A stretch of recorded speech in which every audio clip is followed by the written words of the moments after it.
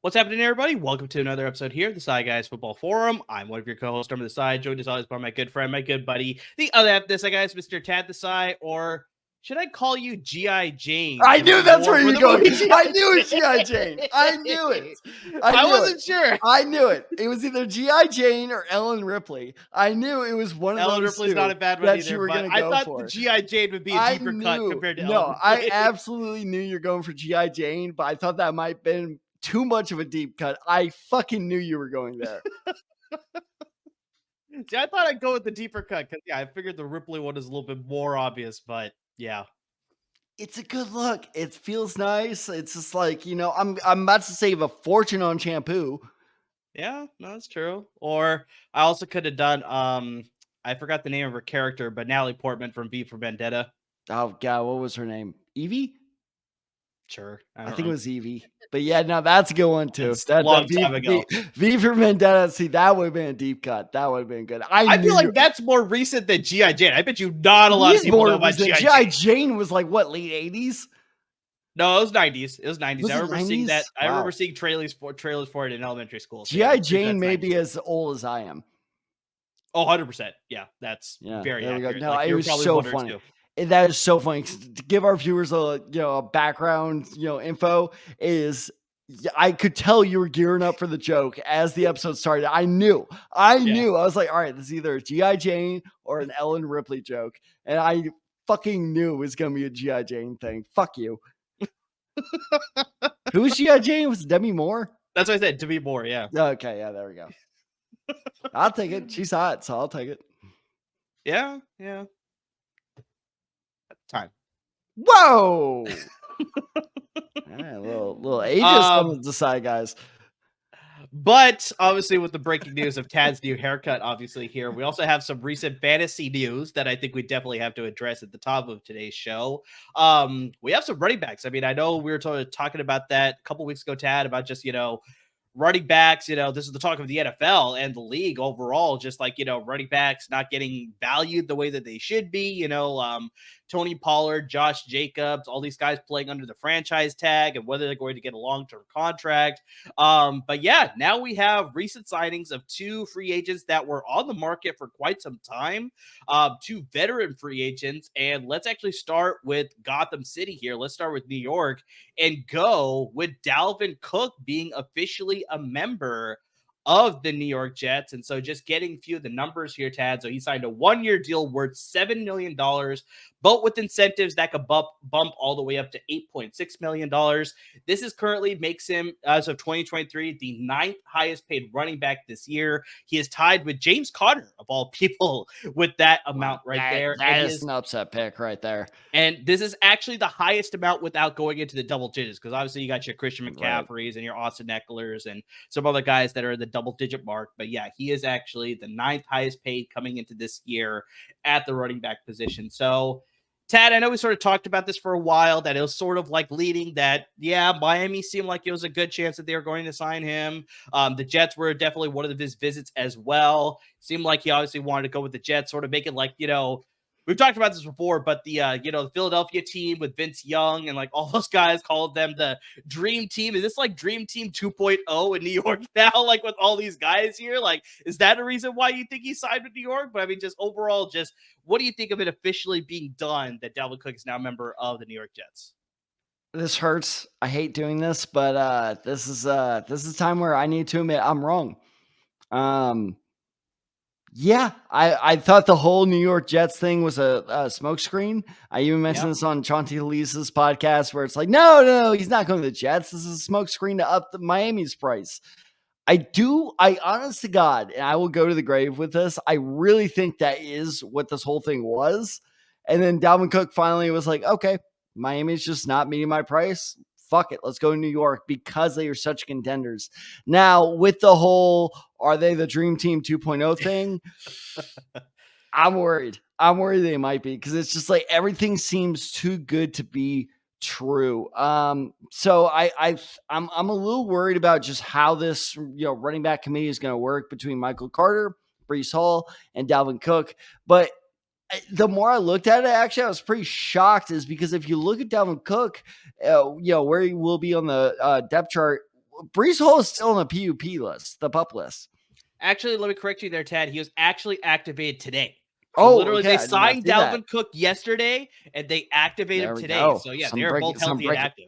Some breaking news right there on the Desai Guys list. But okay, even with that though, is they have such different play styles. As I will say, here's how I see this backfield working out. Is a lot. I'm seeing a lot of people say, what is it? Some other like split backfield that doesn't work. But for me, it's Nick Chubb and Kareem Hunt. This is how I see that backfield working out. Is like Dalvin Cook is going to be the Kareem Hunt of this backfield with Cleveland, obviously, or what Kareem Hunt was with Cleveland. And then Nick Chubb will be, Breece Hall, basically. So, yeah, one guy carrying the ball, one guy catching the ball, basically. But with all that said and done is, honestly, I really see that Dalvin Cook is just so good. He's just such a good dual threat that Breece Hall, frankly, isn't, that he is a legitimate fantasy option, especially now that he is with a top-tier offense. Now, once again, is this offense going to falter? Is this going to, for whatever reason, absolutely collapse like Hindenburg, like, just diving down in flames? Potentially, but, there's no predicting that. So right now, as I predict it, if this offense is what we think it is, I actually like Dalvin Cook as a fantasy running back, as you were clearly shocked to learn this morning. Yeah, no, it's a little bit of a surprise that you're sort of all in the way you sort of phrased it on our text conversation there. I mean, I literally, okay, so to give our listeners a preview, so me and Amir have been in a long fantasy draft. Is that the term, long fantasy draft? Slow draft, I think. Slow draft, okay, yeah, whatever. But we've been in for the, god damn, this thing is going on forever, like 4 days now. And so I came up, actually it was perfect timing. Like literally the second my first period was done, I like pulled up my phone. I was like, oh sweet, I'm on the clock. And I texted Amir, and this is your fault because you could have talked me out of this, but you did not. You did not check your text soon enough. I think you texted me when I was in the shower, so I couldn't respond to you at all. Mm-hmm. So I literally, and this is what the string of text was. Should I do the thing? Yeah. 2 minutes later, I kind of want to do the thing. 5 minutes later, I'm going to do the thing. And I drafted Dalvin Cook. Yeah. So all that happened as I was getting ready for work. So I missed all of that. I loved it. I love it because, like I said, like it's well worth the price because we forget that Dalvin Cook is a top 5 in terms of talent, a top 5 running back who just got weirdly priced out of Minnesota. The dude's only 27. It's not, yes, I understand that he has this injury history. I understand that, his consistency is an issue, but it's not like a Zeke Elliott thing where his production really dropped off. And trust me, we'll touch on Zeke Elliott in a bit. But like it's one of those things where it's just, I think if he can stay healthy, this dude could be Jamal Charles 2.0. And you're putting him on one of, exactly. I will stand by that opinion. And you're putting him on one of the top offenses already in the NFL this year. So I think that if he can stay healthy, oh my God, I think I just got a steal because I did the thing. Yeah, it's crazy because, I mean, Dalvin Cook here has had 4 straight 1,000-yard seasons. And, I mean, it's just insane that just Minnesota decided to move on for him. I guess, like we talked about, they like the cheaper option there with Alexander Mattison. He's on that sort of, quote-unquote rookie contract, so they don't have to worry about paying him that much, right, and see what they have in him. But, yeah, Dalvin Cook is still, I'd say he's still in his prime because he's going to be 28 as he enters the season. I mean, I think he turns 28 during the season, but still has a lot of tread on those tires for sure. And I mean, I think this also speaks to the fact, like, I know you sort of brought up Breece Hall, but I think this sort of speaks to the fact of just how they're sort of treating Breece Hall as far as his injury is concerned that he suffered last year. And I know we talked about him being activated today, but I think they want to ease him into the start of the season because they want to make sure he's fully healthy, because I think 100% Breece Hall is the future of the franchise at the running back position. Like Dalvin Cook's only signed for a 1-year deal. I think this is purely a sort of like a let's make sure Breece Hall's 100% healthy. We can ease him in as slow as we want to go with the season. We have Dalvin Cook. He's fully ready to go. Let me backtrack that there. He's not fully ready to go. He's still rehabbing from a shoulder surgery he had in the offseason, but he should be 100% good to go by week 1. Same thing with Breece Hall, but I think with Breece Hall, like we talked about, that's the future. Dalvin Cook is right now the immediate. So like we sort of mentioned here, if they're competing for that Super Bowl this year, like they want to capitalize on the Aaron Rodgers window that they have, that's a move that you make because it's like, okay, this is a guy who can produce for us right now. We have Breece Hall, who's very much the same type of running back, like a very durable, dynamic running back, but he is the future. So we want to make sure that that future is okay. Let's capitalize on the right now with Dalvin Cook, Aaron Rodgers, all the other pieces there. So I think it's a good matchup there. I think just unfortunately for me, it just kills both players of fantasy stock there. So it's like where Breece Hall was going a lot earlier, he had an ADP of 33. Dalvin Cook had an ADP of 65. I think Cook drops a handful of spots. Oh, see, I think Cook goes up. I actually think Cook goes up. I think Breece goes down, Cook goes up. That's fair. And I think, like I said, with Cook sort of taking not too much, like 10 spots. Yeah, but I think with Cook sort of taking the immediate role, that's where you may see a rise in his overall ADP. But for me, I'm thinking long term. So for my personal rankings, I'd actually, like I said, I'd drop him a handful of spots. So I'm taking him, like I said, currently he's at 65. So that's round 6 in a 10-man league. I'm taking it maybe in round 7 now. And same thing with Breece Hall. I'm probably taking him a round later, possibly 2 rounds later, if we're that much cautious about the injury that's happening with Breece Hall and how much they decide to use Dalvin Cook. So both guys are viable in fantasy leagues, but now it's like sort of that similar situation where it's like, are they going to cannibalize each other? Because they have very similar skill sets. Breece Hall is very capable pass catcher as well, just like Dalvin Cook is. They're both very capable runners. So it's just like, how are they going to sort of manage that workload? And I know you sort of brought up Michael Carter, but he is irrelevant now. Like, no, he's not. If he sees the field, it'll probably be like what 2 snaps a game if at all. Like, I mean, he is completely irrelevant. The rookie Israel Abanikanda is absolutely irrelevant, and also Travis Dye. I thought that was that's why this was such a dumb draft pick because he's the running back at Pitt, right? Correct. Yeah. Yeah. I said that at the time during our draft live stream of just like that was a stupid pick. And I had a former coworker asked me, he's like, oh, I think he's a real sleeper. I'm like, don't fall for it. Don't do it. And I mean, he's going to be lucky if he makes a roster at this point. Oh, no, he'll make the roster. He has the skills and the talent for it. I think they're probably going to cut like a Travis Dye, a Zonovan Knight. Those guys are probably gone. Abakanda's going to make the roster for sure. 4 running backs on the roster. His long-term prospects are going to be, we'll see about that. Because even though they have Cook and Hall, like, I mean, obviously they're both sort of managing injuries as well coming off the offseason, right? So, and like you talked about, Cook has sort of had a history of missing a handful of games. So whether he can stay healthy a full season, that's sort of something to worry about. So, yeah, they'll keep Carter. They'll definitely keep, I think, Israel Abanikanda too. Like, he's got too much talent for them to just let him go and somebody else to sort of reap the benefits there. So, but yeah, I do like both players fantasy wise, but like I said, I think I'm going to take both players now around later than their current ADP sort of dictates right now. Last thing I'll say about this is kind of what you touched on, because I really do think this is how it's going to work out is Dalvin Cook is going to be the MVP of the Jets offense moving forward for the first 8 weeks. Breece Hall is going to come back because I think exactly like what you said is they are going to ease him in. That's why they did this signing. Is okay. This gives us a little cushion. This gives us a little time. This gives us a little time to, let Ted grow his hair back. But they are going to shut up.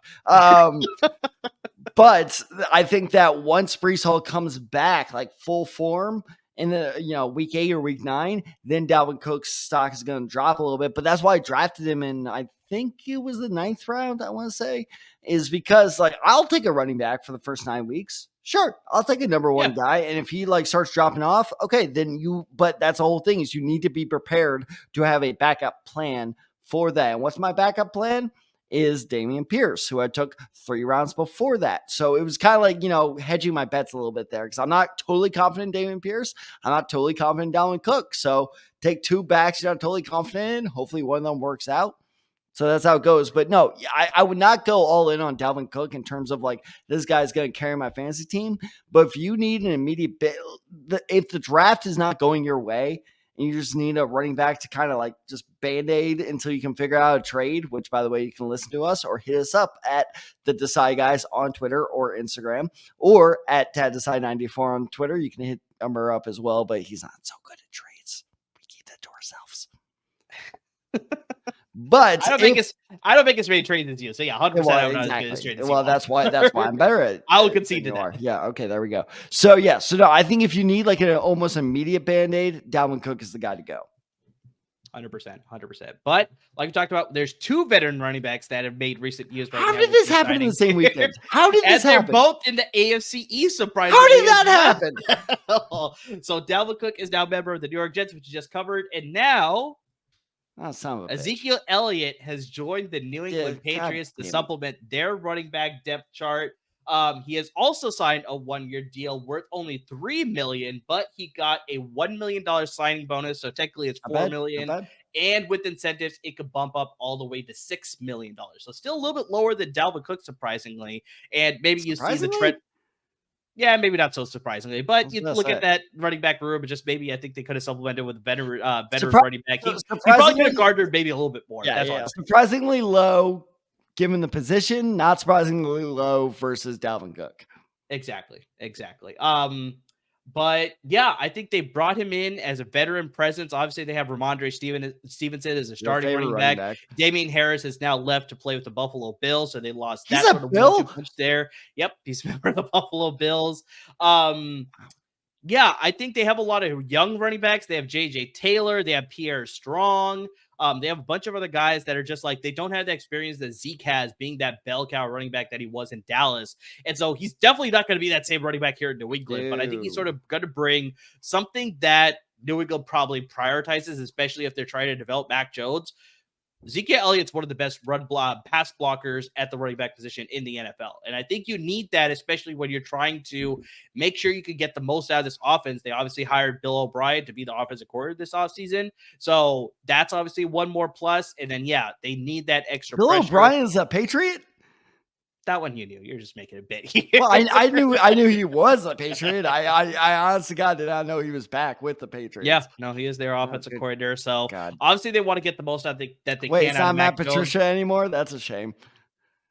He's still on their coaching staff. He's on. I know he's still their DC. He's still their okay. All right. Matt Patricia. No. Credit where it's due. Matt Patricia is a great DC. That man should never ever call an offensive play again in his life. Oh, 100%. Him and Joe Judge. I'm so sorry, Mac. It was a disaster. I am so goddamn.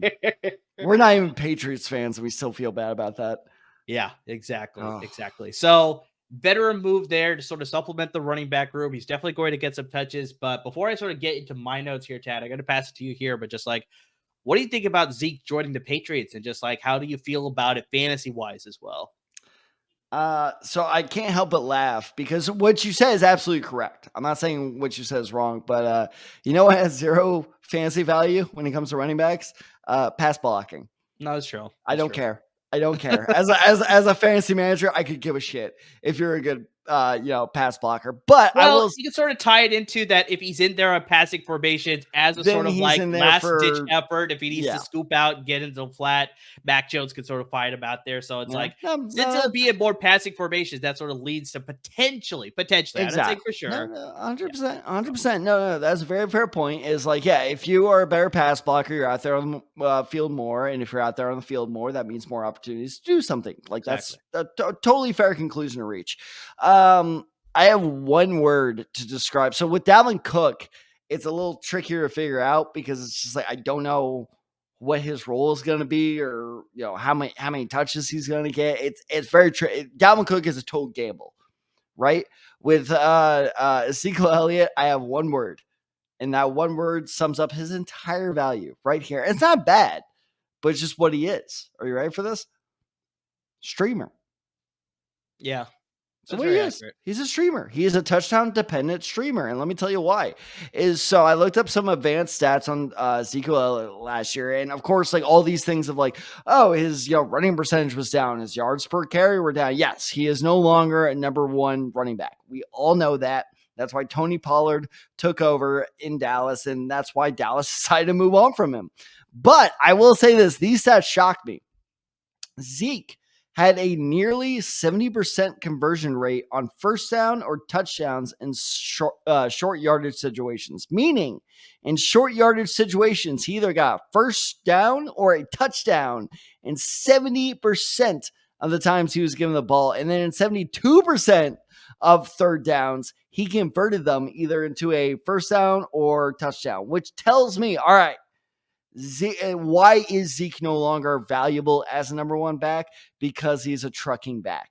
And trucking backs just do not have the, for lack of a better term, they do not have the legs to sustain a long, successful fantasy career. But they do have the legs to get you those 6 points if you hit it on the right matchup. So I think that, Zeke, I think your boy Stevenson, who I know you love so much when it comes to fantasy, I think he will be, exactly. So I think he'll be the go-to back on most downs, but Zeke is going to be their short yardage goal line guy. So do I see Zeke being draftable? Sure.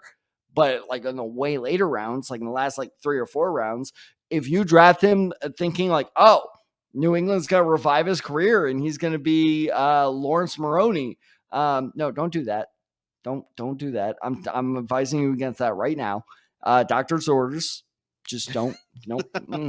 Nope. Don't go for it. But I think if, especially when waiver season rolls around and we're about to jump head first into that, when waiver season rolls around, he is going to be a fascinating name to look out for. See, so I still think he's draftable, but I think because I think he's draftable just the last 4 rounds or so. Oh yeah, definitely. He's not worthy of where he was going before. Yeah, he's touchdown dependent. He's 100% touchdown dependent. I'm glad you brought that up because I'm also glad that you brought the advanced statistic that you brought of him converting 70% of his short line goals to go or whatever it was that you actually threw out there. But that's so much. That's a way better way to put it than I did. I put his efficiency rate on those, short distance gains or just he's very good in short yard situations. That's the bottom line. Here's the thing, Tad. I pulled together the numbers here. And this is why he's so touchdown dependent. And like you said, maybe a good streaming option, but definitely not that RB1. So in the last 3 seasons, Tad, he has scored 32 rushing touchdowns. Sorry, 32 total touchdowns, I should say. So we're receiving touchdowns. Dude, we should have played over-under. I would have taken the under on that. No, I'll get to an over-under. I have one for you. So 32 total touchdowns in the past 3 seasons. 23 of those touchdowns have come with only 5 yards to go until the end zone. So that is the definition, the epitome, the exact what you want when you're looking at a touchdown dependent type of player. And he is 100% going to be a touchdown vulture for Rhamondre Stevenson. I was already out on Rhamondre Stevenson. Thank you. I meant to bring up that word. Vulture is the perfect word right there. So I already brought up the fact many episodes before that I'm not a huge fan of Rhamondre Stevenson at where he's being drafted. But now with the Zeke sliding, he's going to take away those touchdowns. Like I said, he is going to be that vulture to Rhamondre Stevenson. So yes, he'll get some of those receptions and those long yards. But if he's not punching it in, this could be a very similar situation that we saw with Deontay Johnson as far as being that receiver who's getting a lot of receptions, getting a lot of yards. But if he doesn't punch it in for you, he's going to finish at 30, and that's very similar to what we could see with Rhamondre Stevenson. Yeah, he may find the end zone a handful of times, but at most, maybe a handful of times there. And so, Tad, here's my over-under for you. Okay. In the past 3 seasons, over-under, longest touchdown that he has scored, 15. 15.5. I'll give you the 15.5, over-under. Over. You are better at this game. That's why. Yes, let's go. Let's go. Let me guess. Okay, 16. Higher than that. It was actually 19. Really? So it's under 20. Okay. So once again, 20, that's the red zone. You are in the red zone when you're within 20 yards 19. Of the end zone. So who the hell let Zeke Elliott score from 19 yards? Don't know, but it somehow happened there. But that pretty much, like I said, that sums up what we're getting from Ezekiel Elliott the past couple of seasons, because that's the past 3 seasons. He is not scoring those long touchdowns that he was doing back at Ohio State and early in his career. He is very much, as soon as you get to the end zone, okay, this is where his value starts to come into play. So currently, you look at Rhamondre Stevenson, his ADP is at 24. Like I said, for me, that's way too high. I don't think he should be drafted as an RB1 at all. Time out. Running back 24? No, overall 24. So he's overall going in the second round. 24? That is his average draft position. In case those of you who are tuning in don't know what ADP stands for, average draft position out of fantasy drafts that they're compiling here. 24 is his ADP. So that's why I said I am completely out on Rhamondre Stevenson that high. I don't see it. But God, no. With this signing, I think that drops at least 10 spots. I think he's going to go to the third round, possibly the early fourth round, as far as what I am going to target him. But I bet you there's still a lot of people that are going to be like, well, like you said, like Zeke is going to be a streaming option. I don't know if I can rely on him week to week. So Rhamondre Stevenson is still going to get majority of the carries. He's still going to get majority of the points. But like I said, when you're not getting those touchdowns, yeah, the yards and the receptions are good if you can get enough of them. But those touchdowns, they give you 6 points as a running back. So, I mean, that's where it really benefits you to have the guys who can not only accumulate the stats as far as the yards and the receptions and the touches, depending on the league that you play in, touches also count as well. But the touchdowns are very critical factors. So, yeah, if Rhamondre Stevenson's not getting those touchdowns, his value absolutely drops for him. And then as far as Zeke is concerned, his current ADP right now is 143. So that's pretty much at the end of your draft, possibly depending on your league settings. He may not get drafted at all. But with this signing in New England, like I said, I like the touchdown dependency. I bet you Bill Belichick is going to utilize the hell out of him when they get to the red zone, especially with, some of the passing issues that they have in the red zone, and they don't have that many great weapons in the red zone. We'll see. Mike Gesicki could be a good option out there, but he's dealing with an injury right now, so we'll see if that can carry over into the season as well. But I think just the biggest thing with this signing here, I think Zeke will up by like maybe 10 spots as well. So I could see him going maybe in 13, rounds 13, maybe late 12. But yeah, I think very at the end of their draft, I wouldn't mind taking a flyer on him as far as a touchdown dependent option. I just have one PSA to make. If you are drafting Rhamondre Stevenson in the second round, hold on, let me try to do my best impression. Stop. Get help. Stop it. What are you doing? Even before the Zeke Elliott signing, that's stupid. No, I'm completely there with you. Like, I don't even think Stevenson's value should drop just 10 points or at 10 spots. I think that it should drop, honest to God, like Stevenson, of all the news this weekend, is the biggest loser. Oh, 100%. 100%. Is because, like, yeah, no, like we've talked about, is like, I think that he's just going to get vultured the fuck out of going forward this season. So it's just, yeah, Stevenson's now, he went from a borderline running back 2 to now a borderline, emphasis on borderline flex option until I see how this backfield works out. So last thing I'll ask you, Murray, and I'll give my grades while you think about yours, is what grades would you give both these signings? I would give the Dalvin Cook a B+, because like I said, with the iffiness surrounding Breece Hall, I think that gives you a pretty good insurance policy. And plus, you just picked up one of the best young running backs in the league. Zeke, I'll give it like a B-. I think for me, I'd probably give the Dalvin Cook signing a B-, more of just because I'm questioning what the Jets are doing. I think they had a very good running back room already. Yeah, why did they really need to sign Dalvin Cook? Like, I like Israel Abanikanda. I like Michael Carter. So it's like they could have used both of those guys to complement as far as like waiting for Breece to sort of get fully healthy, or like just let Breece go because he's a young guy. He can sort of bounce back from what he's doing. So that's where I sort of question it as far as a B-. Definitely, he's still young in his prime, and they're trying to capitalize on that small window with Aaron Rodgers. It makes a ton of sense there. But like I said, as far as the franchise is concerned, weird signing there. And I'd probably give a very similar grade to the New England Patriots. So B, probably a B for the New England Patriots and Zeke Elliott too, where it's like, yeah, so I think it's like a solid move. I think, like I said, you got a good, dependable man. My students would love you as a teacher. Woo!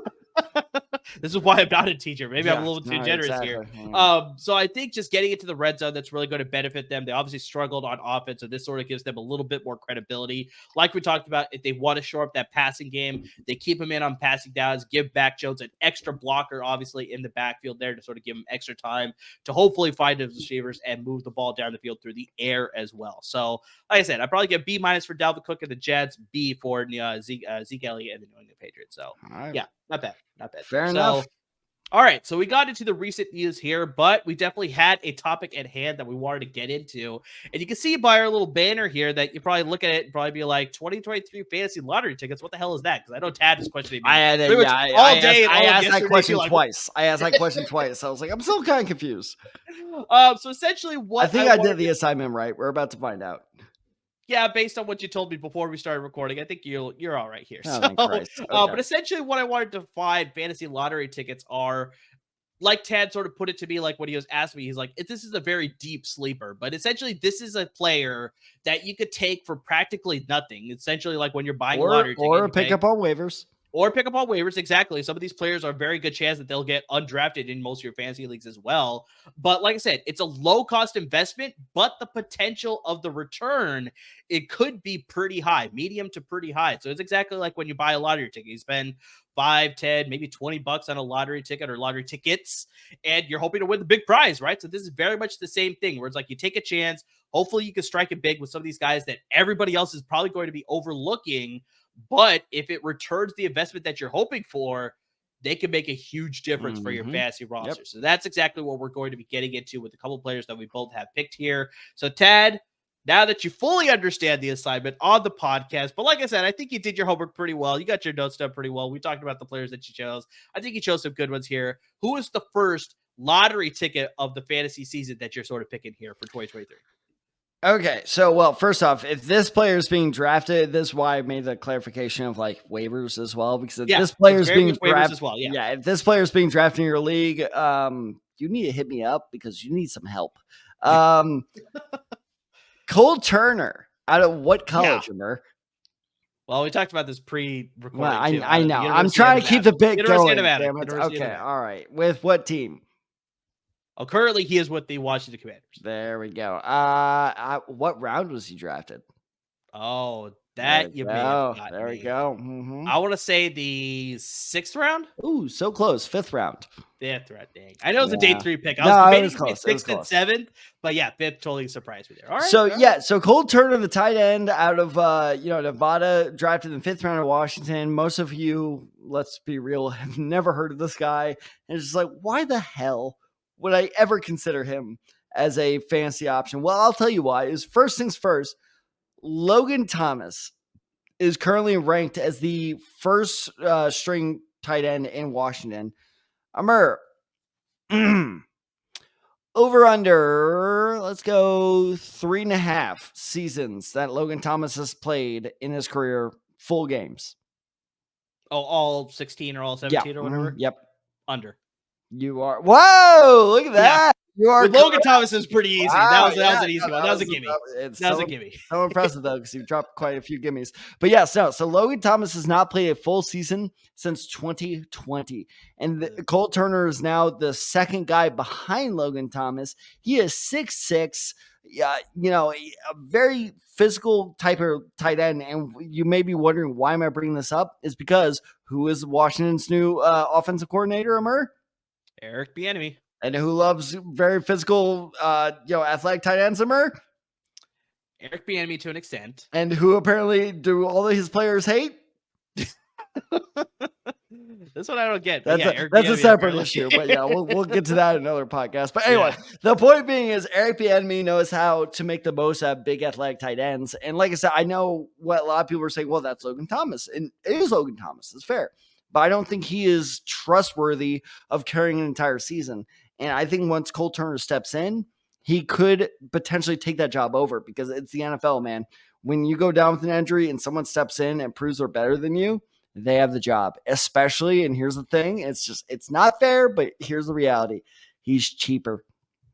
Is the teams like the cheaper options. So I think that Cole Turner can really step in and be the new big tight end for Washington. So I'm not saying draft him, but I'm saying if/when Logan Thomas goes down, that is a waiver wire target that is shooting up my boards. And before I let you get to your piece of myrrh, I will say this.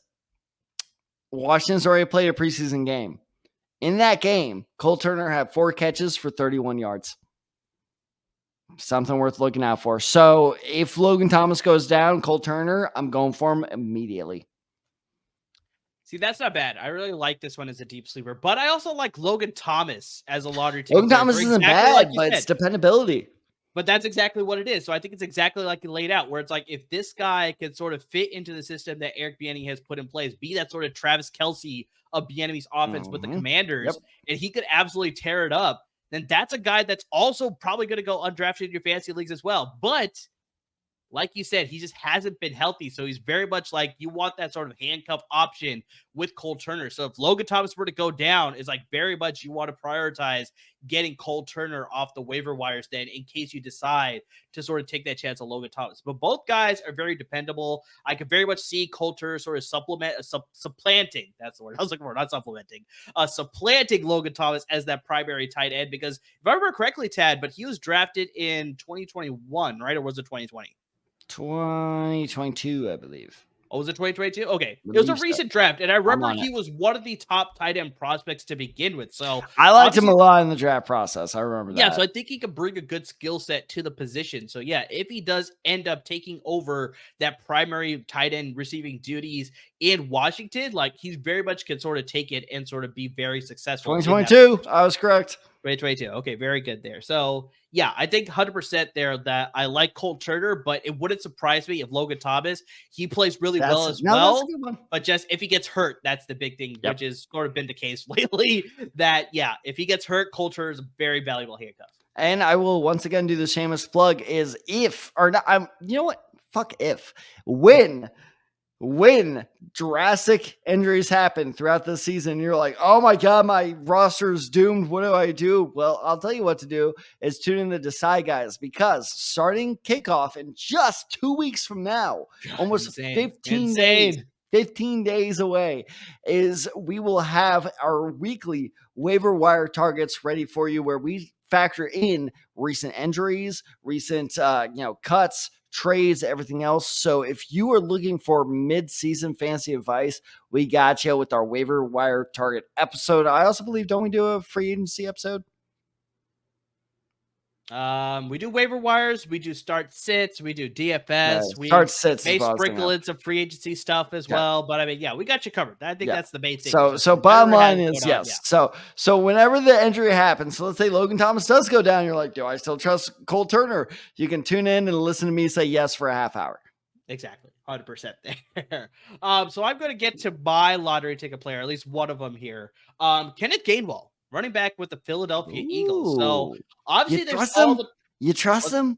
I do trust him, and here's why. Because currently he's going after the top 50 running backs off the board. So he's being drafted after that. So if I remember correctly, he was being the 56th or 57th running back off the board, being drafted 166 overall in fantasy league. So like I said, most chances he's probably going to get drafted in your fantasy league. Maybe like a last round pick, somebody may take him as like, all right, I'll take a flyer on it. Well, you should be that guy because he's in a crowded backfield. I think that's for sure. Because obviously they traded for DeAndre Swift during the NFL draft. They signed Rashad Penny in the offseason. They have Boston Scott still on the roster. So there's a lot of guys to contend with. But with all that said, all through training camp, who was primarily running with the first team offense? Kenneth Gainwell. And I was going to say Miles Sanders. Damn it. He's running with the first team with a different team, though. Brian Westbrook. Oh, man. That's a good throwback. I love Brian Westbrook. But anyways, let's jump back to the current Eagles here. So he's been running with the first team offense primarily all of training camp. He's been dealing with an injury, so he's not been playing in the preseason as of yet, but it's looking like he may be on track to play the second preseason game here. But let's also not forget, Tad, but I brought this name up before, but Rashad Penny, he is habitually on the IR list. Like, I mean, this guy can't stay off that list. And DeAndre Swift, he's dealt with some injuries as well. It's just like in the short career that he's had as well in Detroit, we haven't seen him emerge as like, oh, this is a guy that will be a dominant piece. There's a reason why Detroit moved on from him. And now they're going with Jahmyr Gibbs and David Montgomery in Detroit. So it's like, there's a reason Detroit decided that's like Philadelphia, you could deal with him because he's been too frustrated here in Detroit. Haven't been the guy that we were really expecting him to be. So with those sort of like question marks with those two potential starting running backs ahead of him, I think Kenny Gainwell has been in the system longer. He's been in the offense longer. I think he could sort of cement himself as being one of those lead guys in this backfield. Now, I will say this is a running back by committee approach in Philadelphia. So, I mean, there are going to be a lot of involvement by everybody on the roster, but like LaShawn McCoy. LaShawn McCoy got a lot of the targets, and then Chip Kelly decided to trade to Buffalo, which I didn't make any heads or tails out of that one. I was like, what? Okay, sure. But I think if you're willing to take a last chance flyer on him, like I said, I think he's got a lot of potential to sort of emerge from that backfield and be that primary ball carrier that you would want. But once again, this is the definition of a lottery ticket because, yes, he could get more involved and he could become that guy that you're sort of hoping for and be that sneaky addition to your fantasy roster. Or he'll just get lost in the shuffle and he'll be sprinkled among DeAndre Swift, Rashad Penny, Boston Scott, all those guys, and he just won't get enough touches in the offense to be effective long term. He may have a flash week 2, a couple weeks here or there, but consistently he wouldn't be a good enough contributing factor. So for me, like I said, I like the fact that you take him as a last round sort of pick there. Possibly if he goes undrafted, you decide you want to address another position, you could grab him off the waiver wire as a good, healthy addition because I very much think he could separate himself from the pack and become a very solid producer in this offense. I think if we're forgetting about Steve Van Buren. Wow, you threw it way back there. Not bad. Not bad. All right, so let's get to our other lottery ticket players that we have here, Tad. Who's another guy that you want to bring up? I mean, I'll go through this one real quick. It's Josh Reynolds with the Detroit Lions. But yeah, everyone, exactly, because everyone loves this Detroit Lions offense, and it's a very explosive offense, as they should. But people forget part of this explosive offense before he got hurt was Josh Reynolds. He was a very key part of this offense because Jameson Williams got hurt last year. He got suspended this year. So it's basically history repeats itself where, Josh Reynolds, he got hurt after week 4 of last year, but listen to these stats leading up to week 4 is Josh Reynolds had 307 yards and 2 touchdowns in the first 4 weeks of last season. That's really, really good. Yeah. And so I think with Williams out for the first, 6 games? 6 games of the season? Yeah, okay. 6 games of the season. I think that, he is an upset pick for the number 2 receiver in this offense. And once again, I will say this again, is like he is the number 2 threat in one of the most explosive passing offenses in the league. So why shouldn't he blow up? But if you look at his ADP, this dude's going undrafted in a lot of leagues. So I think that if you are, once again, I will say this is if you're in a draft and everything is going horribly wrong, which I am used to, and you're just like, fuck, I need a receiver. I just need a guy on my bench I can feel somewhat good about. Is Josh Reynolds is one of those guys where you can draft and you can feel really good about, and no one else is looking his way. Yeah, I really like Josh Reynolds. Actually, I was actually a big fan of his last year too, before he got hurt. Like I said, with those stats, the first 4 weeks, whew.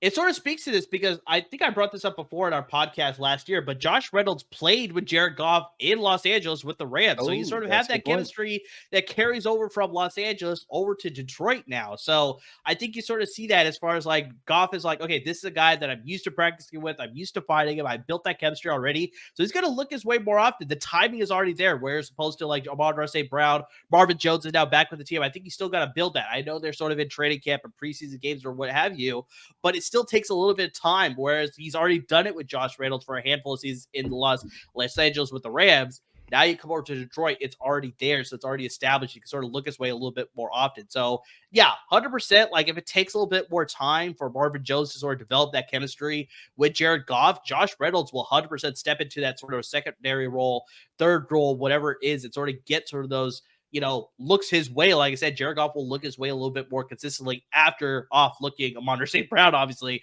with all the double coverage that he'll probably be seeing. So yeah, Josh Reynolds, a very good name to have as well. That's a really good late round flyer type of player, or grab him off the waiver wire as well there. So I'm going to stick to the receiver position. I'm going to go to the Denver Broncos, and I'm going to bring up the rookie Marvin Mims Jr. I love this. This is such a good pick. I was a huge fan of Tim Patrick heading into this season, but man, this guy he just doesn't have the looks right now because he tore his Achilles this year. He is out. I love this guy so much. He was a big producer for him in 2021. I really expected him to sort of take that next leap. I trade for him every time I start a Madden franchise. I trade for Tim Patrick. Yeah. He's a very dependable, good route runner. He's a very good receiver. And just, unfortunately, 2022, he tore his ACL, so he was out all of last year. And then, as mentioned, this year, he unfortunately tore his Achilles, and so he's out all of this year as well. So next year is going to be interesting. Coming off 2 season-ending injuries, how is he going to look? How is he going to perform? But I was really all aboard Tim Patrick this year with Sean Payton and that offense, but unfortunately, he's out. So they also released KJ Hamler, their former, I want to say 3rd-round pick out of Penn State, might have been 4th-round pick. But a really good speedster that just unfortunately he's suffering from pericarditis, which is a mild heart irritation. So that seems like kind of scary stuff, but doesn't seem like it's anything too serious because it said mild. But anything deal with the heart, that already freaks me out a little bit there. So we'll see exactly what's going on. What's the safety's name again? We don't want to repeat of that. Yeah, seriously, Damar Hamlin, exactly. Damar Hamlin, thank you. But yeah, so they ended up releasing him on medical leave. So yeah, he's got that issue. So behind Jerry Jeudy and Courtland Sutton, there's honestly a wide gap, and I think the rookie KJ Hamler, real quick, 2nd-round pick.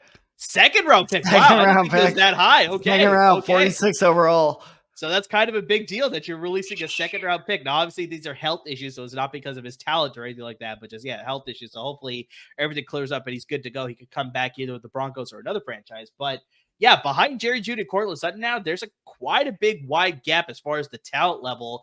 And this is where Marvin Mims can sort of separate himself from everybody else. Because you look at their roster, Tad, they got Kendall Hinton, who was their quarterback at one point. I was just about to ask who played quarterback for them. That was Kendall Hinton. He was their quarterback for that one game, and they. Honest to God, that guy, just for playing that one game, should be a Bronco for life. Like, he should honestly, he should be uncuttable for that. Just unfortunately, he's not the greatest there. Brandon Johnson, he's a shit receiver, but. Yeah, Brandon Johnson, I've actually never even heard of, so I'm not sure who that is. And then Marquez Callaway's got some speed. He could be a little bit of an interesting piece there, but I think Marvin Mims just brings a lot. Saints carryover? He was with the Saints, if I remember correctly. I think he was with another team too. I can't remember who it was, but yeah, he was with the Saints at one point. But I think Marvin Mims just brings a lot more to the table compared to all those guys, honestly, combined, if I were to be honest with you. In his final season at Oklahoma, Mims crossed the 1,000-yard receiving mark. He scored 6 touchdowns. And the crazy thing, Tad, that's only off of 54 receptions. So this guy's definition of a home run threat.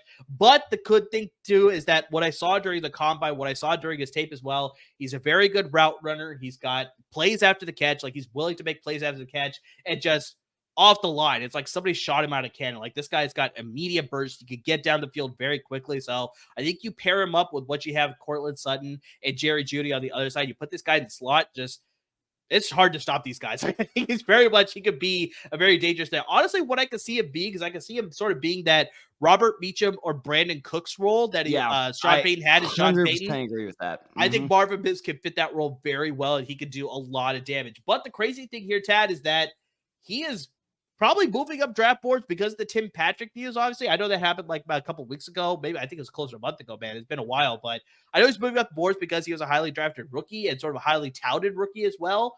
But most likely he's going to go undrafted in a lot of your fantasy leagues because his current ADP, Ted, ready for this? His current ADP, 192. So that's technically round 19 if you're playing. Oh, I just said 11. 11 was 192. 192. Yeah, okay, so he is practically going undrafted, currently going as the 73rd receiver off the board. So you can get this guy for next to nothing. But like I said, I like him a lot because I think filling in that third role behind Jerry Jeudy and Courtland Sutton, Russell Wilson, I think if he has the time, that's obviously the big thing, that the offensive line can protect for him. I think he can find Marvin Mims in sort of those like short middle field situations or those home run threats to score a lot of touchdowns. So I very much am very high on Marvin Mims. Like, honestly, he's probably one of my guys that I'm probably looking at in fantasy drafts to get at the very end of the draft. Like, I really like the potential with him for sure.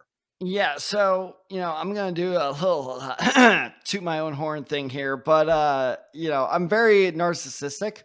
So, I'm really, I know it's shocking. So, as is tradition, just a couple of weeks ago, I was rewatching our rounds 2 and 3 NFL draft live stream. And it was funny. And this is actually what prompted me to rewatch it was when Marvin Mims was drafted to Denver. Both of us had these, like, I won't say shocked, but like very confused faces.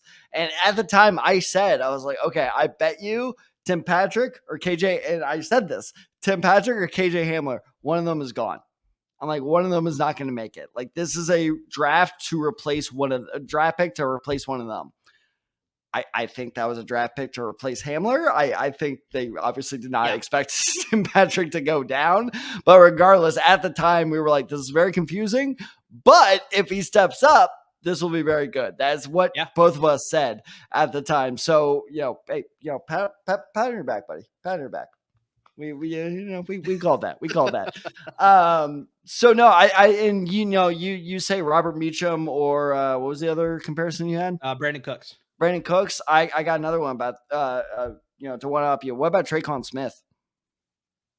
Tre'Quan Smith doesn't have the speed that Marvin Mims had, but yeah, I can very much see that too. He doesn't have the speed, but my point being is, Robert Meacham, and maybe this is just because when I started growing up into football, but Robert Meacham has that kind of like name recognition. And sure. Tre'Quan Smith, I was like, where the hell is this guy from? I was like, who is this number 10 that is killing me in fantasy? Yeah, where like I should have picked him up. And I think that is what Marvin Mims is going to be, is like the stretch the field guy.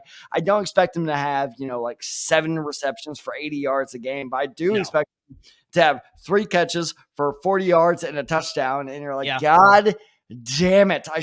He's the typical Saints receiver. He should be the typical Saints receiver where it's like, you pick him up, he doesn't do shit. You leave him on the bench, he'll go off. And it's like, I think that is the role that he absolutely is going to fill now with Tim Patrick and KJ Hamler out of the picture.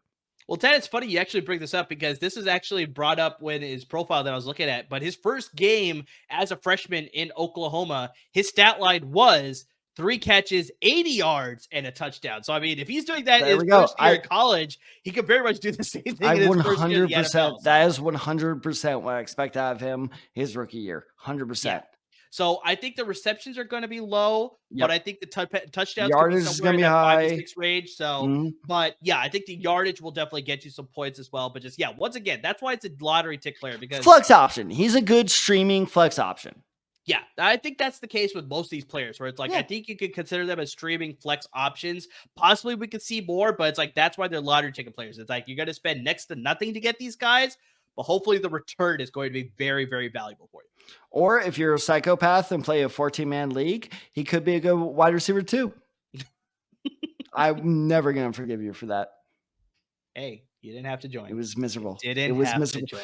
It's like offering a crack addict crack. Like, I'm not going to say no to join the league. I know. We brought it up last podcast. But yes, we did. 6 leagues I'm part of now. Yeah. You try that draft schedule. It's a nightmare. Hey, I told you I have 7, so I'm right there with you, man. It's just chaotic. But hey, if you guys need help with your draft schedules or your draft advice, we are the podcast to go to. Like we said, we got like two more weeks, about 16 days. You said 15 days earlier. Well, 15. Well, it's 15 days till my birthday. That was a little, God. It was a little self-indulgent there, admittedly. But we are roughly 15 days away from NFL kickoff season. So, and this is why we always tell you, don't do your draft too early. If you are still drafting, if you're drafting next week, 2 weeks from now, and you need even the most specific of advice, you can ask show friend Jay Bear, and yes, I will keep referring to him as that. Literally, we did an FAQ episode just last week where he was like, all right, I'm at this spot, what do I do? Yeah, and we broke down that spot and his second round spot. So if you guys need any draft advice, hit us up on the socials below. I'm going to tell them what the socials are for our listeners and our viewers. Exactly. So you see the ticker coming down below. You got us on Twitter. You got me at Desai23. You got Tad Desai94.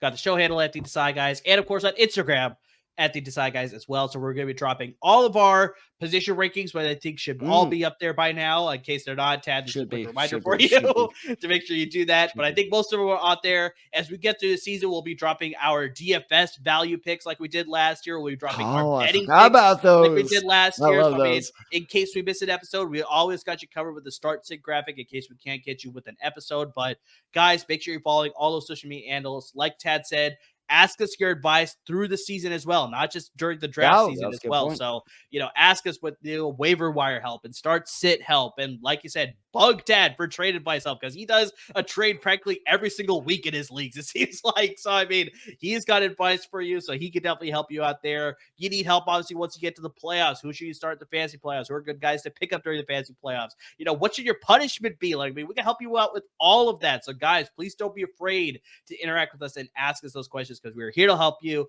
We say this every single time on the podcast. We're here to help you win your leagues, whether it's a trophy, whether it's a championship belt, whether a lot of people are going to rings now.